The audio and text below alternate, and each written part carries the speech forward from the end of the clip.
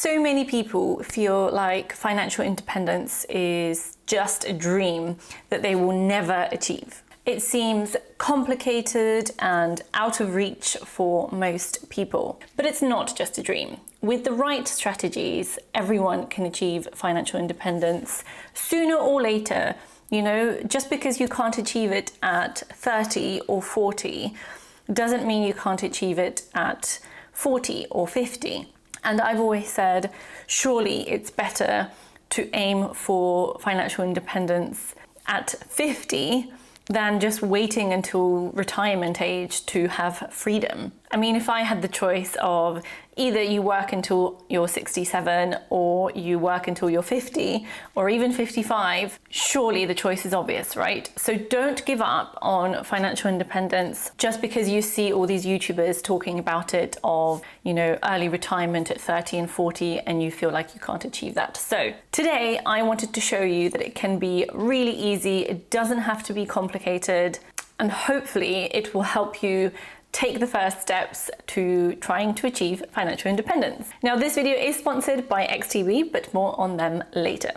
So let's get into it. The first step that you need to aim for if you want to achieve financial independence is creating a strong financial base. So this means, most important of all, having an emergency fund. You're probably sick of hearing about emergency funds, but it's so important if you want to start investing that you have an emergency fund, because you don't want to be in a position where you have to panic sell your investments during a downturn because of unexpected events. So you've started investing and the market is currently down and your car breaks down.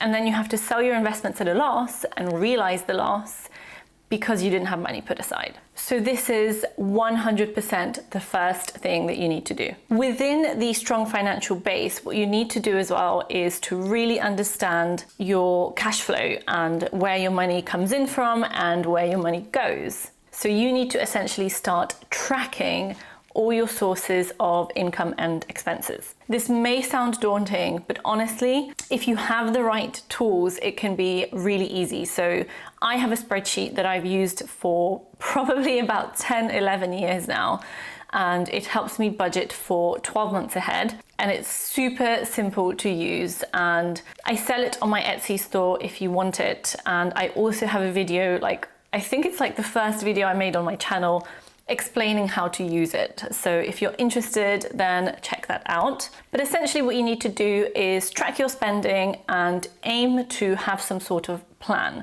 of where your money's going to go. So a very well-known and practical way of doing this is the 50-30-20 rule. So this is where 50% of your income goes to essentials. So think rent, bills, food, etc. 30% goes to personal wants, so going to restaurants, fun days out, cinema, stuff like that. And then 20% goes to your financial goals. So this is things like your emergency fund, your savings, and your investments. But obviously, the more you can put towards savings and investments, the quicker you will achieve your goals, the quicker you can achieve that financial independence. So personally for me, I suggest decreasing the wants a bit and increasing the savings and investments. But obviously, you need to live your life too. So the second thing is we need to look at creating good habits. So I've touched on budgeting already. So you want to start budgeting and you want to eliminate your debts. It's incredibly hard, believe me, to be financially independent with consumer debt. Reducing high interest debt should be an absolute priority, because every pound that you are paying in interest to the banks could be a pound that you are investing and making a return on, potentially making dividends on, basically a pound that could be working for your future. So the best strategy of doing that is focusing on the highest interest rate debt first. Obviously, if you have more than one debt, keeping up, minimum payments on your other debts, but sort of everything you have putting towards the high interest debt. Now, just to touch on budgeting a little bit again, a lot of people think about budgets as a restriction, but it's not. It's about being deliberate with your spending. It's about being conscious where your money goes, and you have no idea the sense of empowerment that you will feel from this when you start doing it properly.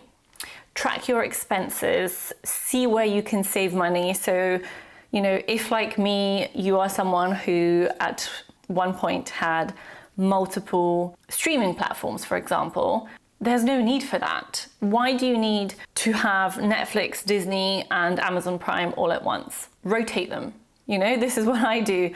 I would have Netflix for a while, then I would watch everything I want, get up to date, cancel Netflix, get Amazon Prime, and change things. So budgeting helps you see that, and it can help you set automated savings and investments. So if you budget and you know that if you spend like you want to spend, you'll have £200 a month to put into your investments or your savings, then set an automated transfer for £200 as soon as you get paid. That way you are paying yourself first and you are not waiting to see what you have left over. And then you will just magically not spend that £200. So the next thing, this is where people get most overwhelmed, and this is the investment strategy. So once your sort of financial base is solid, you want to change your focus to growing your wealth. So investing, essentially. Now, what's called passive investing, especially using automated investment plans, lets you build your wealth sort of steadily using what's called dollar cost averaging. And again, if this is not the first video you're watching about investments, you probably know what dollar cost averaging is. But just in case you don't, dollar cost averaging is where you are consistently investing over time a fixed amount on a regular basis. So essentially, no matter what the markets are doing, you're not interested whether it's currently at an all-time low, all-time high, is it crashing, has someone said something that's made it crash? It doesn't interest you, you don't have to track it. You are just consistently smoothing out that market volatility by essentially investing, whether it's high, whether it's low. And over time, this has been proven to be one of the best investing strategies. So not trying to time the market, just consistently investing similar amounts. So XTB's investment plans make this incredibly easy.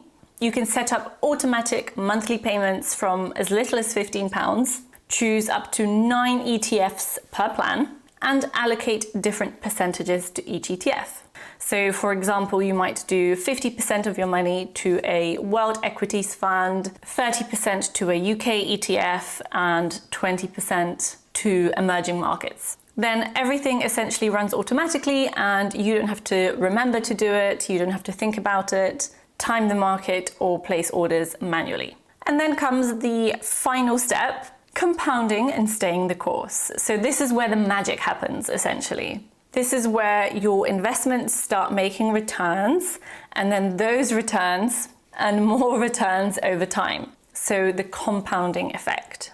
Letting your money sort of stay invested rather than trying to time the market, buy, sell, etc., like I said, has been proven to deliver the best results for people. So the way this works is, let's say you have £1,000 invested, and over the course of the year, you have earned £100 in dividends. The following year, you will be earning dividends on £1,100, right? So automatically, you will get 110 in dividends. This is totally oversimplified. Obviously, dividends differ year on year, but this is just the way to think about compounding. Now, you want to track your progress because it's motivational. You want to set milestones and maybe update your plan as your life changes, but you need to stay consistent in your approach.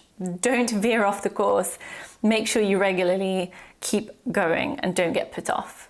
Don't sell off your investments just because there's a downturn, even if the downturn is lasting a little bit longer. So we've had downturns that lasted a couple years, This is where the emergency fund we talked about is so important. Now, quick, exciting announcement, because I mentioned that this video is sponsored by XTB, and actually, there is something exciting to tell you about them. Right now, XTB are running a promotion. New clients who sign up and make a deposit can get a free share of Uber stock worth £70. This isn't a maybe you'll get £10, maybe you'll get £100. You'll get a free share of Uber stock worth £70. If you are interested, you can use my sign up link, verify your account, make a deposit, and that's it.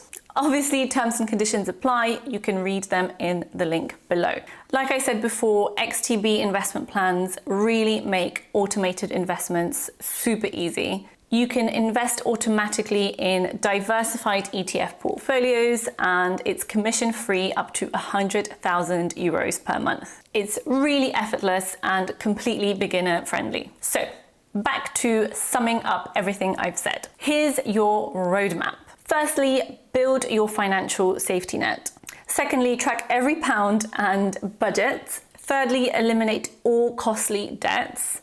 Next, invest automatically in a diversified portfolio using platforms like XTB for convenience. And finally, just stay the course and let your wealth compound. That's pretty much it. So let me know if this has been helpful at all, and if you want to sign up to XTB and grab your free share, the link will be in the description down below. Financial independence happens one step at a time, and with the right strategy, if you really sit down and focus on it, then 2025 can be your breakthrough year. And I know we're almost at the end of 2025, but that is still more than enough time to get your strategy going. Thank you so much for watching. Thank you to XTB for sponsoring the video, and see you next time.